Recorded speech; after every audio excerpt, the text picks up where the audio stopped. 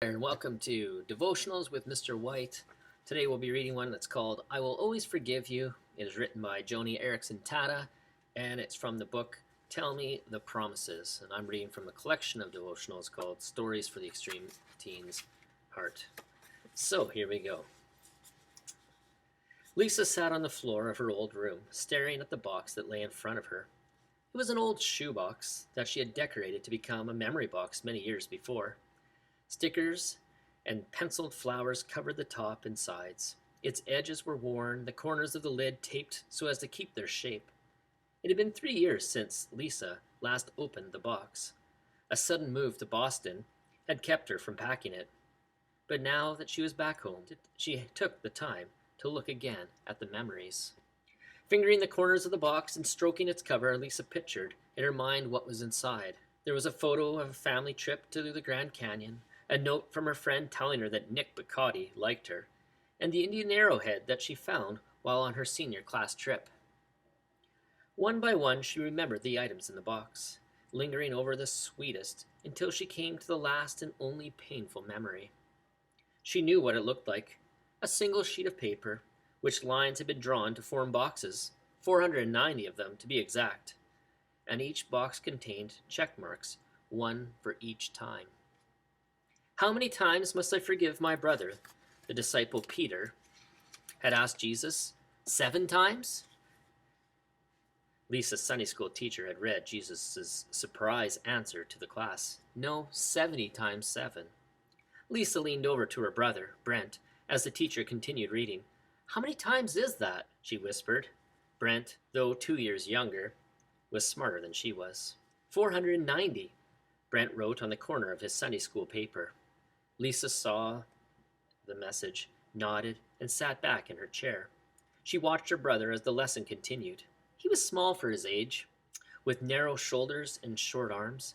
His glasses were too large for his face, and his hair was always matted in swirls. He bordered on being a nerd, but his incredible skills at everything, especially music, made him popular with his classmates. Brent had learned to play the piano at age 4, the clarinet at age 7, and had just begun to play the oboe. His music teacher said that he'd be a famous musician someday. There was only one thing at which Lisa was better than Brent. That was basketball. They played it almost every afternoon after school. Brent could have refused to play, but he knew that it was Lisa's only joy in the midst of her struggles to get C's and D's at school. Lisa's attention came back to her Sunday school teacher as the woman finished the lesson and closed with prayer. That same Sunday afternoon found brother and sister playing basketball in the driveway. It was then that the counting had begun. Brent was guarding Lisa as she dribbled toward the basket. He had tried to bat the ball away and got his face near her elbow and took a shot in the chin. Ow! He cried and turned away. Lisa looked at her opening and drove to the basket, making an easy layup. She gloated over her success, but stopped when she saw Brent and said, You okay? Brent shrugged his shoulders. Sorry, Lisa said. Really, it was a cheap shot. Okay, it's all right. I forgive you, he said. And a thin smile formed on his face. Just 489 more to go. What do you mean? Lisa asked. Well, you know what we learned in Sunday school today. You're supposed to forgive someone 490 times. I just forgave you, so now you have 489 left. The two of them laughed at the thought of keeping track of every time Lisa had done something to Brent. They were sure that she had gone past 490 a long time ago. The rain interrupted their game, and the two moved indoors. You want to play some Battleship? Lisa asked. Brent agreed, and they were soon on the floor with their game boards in front of them. Each took turns calling a letter and a number combination, hoping to hit each other's ships. Lisa knew that she was in trouble as the game went on. Brent had only lost 1 ship out of his 5, and Lisa had already lost 3. Desperate to win, she found herself leaning over the edge of Brent's barrier, ever so slightly. She was thus able to see where Brent had placed 2 of his ships. She quickly evened the score. Pleased, Lisa searched once more for the location of the last 2 ships. She peered over the barrier again, but this time Brent caught her in the act. Hey, you're cheating! And he stared at her in disbelief. Lisa's face turned red. Her lips quivered. I'm sorry, she said, staring at the carpet. There was not much Brent could say. He knew Lisa sometimes did things like this. He felt sorry that Lisa found so few things that she could do well. It was wrong for her to cheat, but he knew the temptation was hard for her. Okay, I forgive you, Brent said, and then he added with a small laugh, I guess it's down to 488 now, huh? Yeah, I guess so. She returned his kindness with a weak smile and added, Thanks for being such a good brother, Brent. Brent's forgiving spirit gripped Lisa, and she wanted him to know how sorry she was. It was that evening that she had made the chart with the 490 boxes. She showed it to him before he went to bed. We can keep track of every time I mess up and you forgive me, she said. See, I'll put a check mark in each box like this, and she placed 2 marks in the upper left hand boxes. These are for today. Brent raised his hands to protest. Oh, you don't need to keep track. Yes, I do, Lisa interrupted. You always are forgiving me, and I want to keep track. Just let me do this. And she went back to her room and tacked the chart to her bulletin board. There were many opportunities to fill in the chart in the years that followed. She once told the kids at school that Brent talked in his sleep, and he called out Rhonda Hill's name, even though it wasn't true. The teasing caused Brent days and days of misery, and when she realized how cruel she had been, she apologized, sincerely, and that night she marked box number 98. Forgiveness number 211 came in the 10th grade when Lisa failed to bring home his English book. Brent had stayed home sick that day and asked her to bring it so that he could study for a quiz. She forgot, and he got a C. Number 393 was for lost keys, and 418 for the extra bleach that she put in the washer, which ruined his favorite polo shirt. 449, the dent that she put in his car when she borrowed it. There was a small ceremony when Lisa checked number 490. She used the gold pen for the check mark, had Brent sign the chart, and then placed it in her memory box. I guess that's the end, Lisa said. No more mess-ups for me anymore. Brent just laughed. Yeah, right. Number 491 was just another one of Lisa's careless mistakes. But its hurt lasted a lifetime. Brent had become all that his music teachers said he would. Few could play the oboe better than he, and in his 4th year at the best music school in the United States, he received the opportunity of a lifetime, a chance to try out for the New York City's great orchestra. The tryout would be held sometime during the following 2 weeks. It would be the fulfillment of his young dreams. But he never got the chance. Brent had been out while the call to the tryout had come to the house. Lisa was the only one home, and on her way out the door, she was eager to get to work on time. 2:30 on the 10th, the secretary said on the phone. Lisa did not have a pen, but she told herself that she could remember that. Got it, thanks. I can remember that, she thought, but she did not. It was a week later, around the dinner table, that Lisa realized her mistake. So Brent, his mom asked, when do you try out? I don't know yet. They're supposed to call.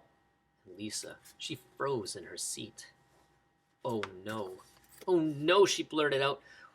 What's today's date? Quick! It's the 12th, her dad answered. Why? A terrible pain ripped through Lisa's heart. She buried her face in her hands, crying, Lisa, what's the matter? Oh no. It was 2 days ago, the tryout at 2:30. The call came last week. Brent sat back in his chair, not believing Lisa. Is this one of your jokes? He asked, though he could tell her misery was real. She shook her head, still unable to look at him. Then, I really missed it? She nodded. Brent ran out of the kitchen without a word. He did not come out of his room the rest of the evening. Lisa tried once to knock on the door, but she could not face him, and she went to her room where she cried bitterly. Suddenly she knew what she had to do.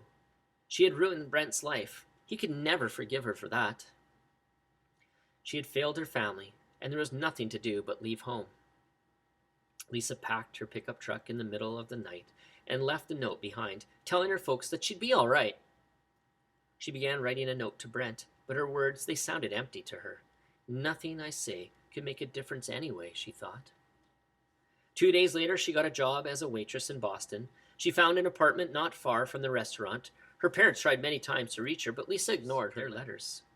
It's too late, she wrote to them. I've ruined Brent's life. and I'm not coming back. Lisa did not think she would ever see home again, but one day in the restaurant where she worked, she saw a face that she recognized. Lisa? Lisa? Mrs. Nelson, looking up from her plate. Oh, what a surprise! The woman was a friend of Lisa's family from back home. Oh, I was so sorry to hear about your brother, Mrs. Nelson said softly. Such a terrible accident, but we can be thankful that he died quickly. He didn't suffer. Lisa stared at the woman in shock. What? What? She finally stammered. It couldn't be. Her brother? Dead? The woman quickly saw that Lisa did not know about the accident, and she told the girl the sad story of the speeding car. The rush to the hospital, the doctors working over Brent. But all they could do was not enough to save him. Lisa returned home that afternoon. Now she found herself in her room, thinking about her brother as she held the small box that held some of her memories of him. Sadly, she opened the box and peered inside. It was as she remembered, except for one item, Brent's chart. It was not there, and in its place, at the bottom of the box, was an envelope. Her hands shook as she tore it open and removed a letter. The first page read, Dear Lisa, it was you who kept count, not me. But if you're stubborn enough to keep count, then use the new chart that I've made for you. Love, Brent. Lisa turned to the second page where she found a chart just like the one that she had made as a child. But on this one, the lines were drawn in perfect precision. And unlike the chart that she had kept, there was but one check mark in the upper left-hand corner, and written in red felt tip pen over the entire page were the words, Number 491, Forgiven, Forever. Matthew 18, verses 21 to 22, it says, At that point, Peter got up the nerve to ask, Master, how many times do I forgive a brother or sister who hurts me? 7? Jesus replied, 7, hardly. Try 70 times 7.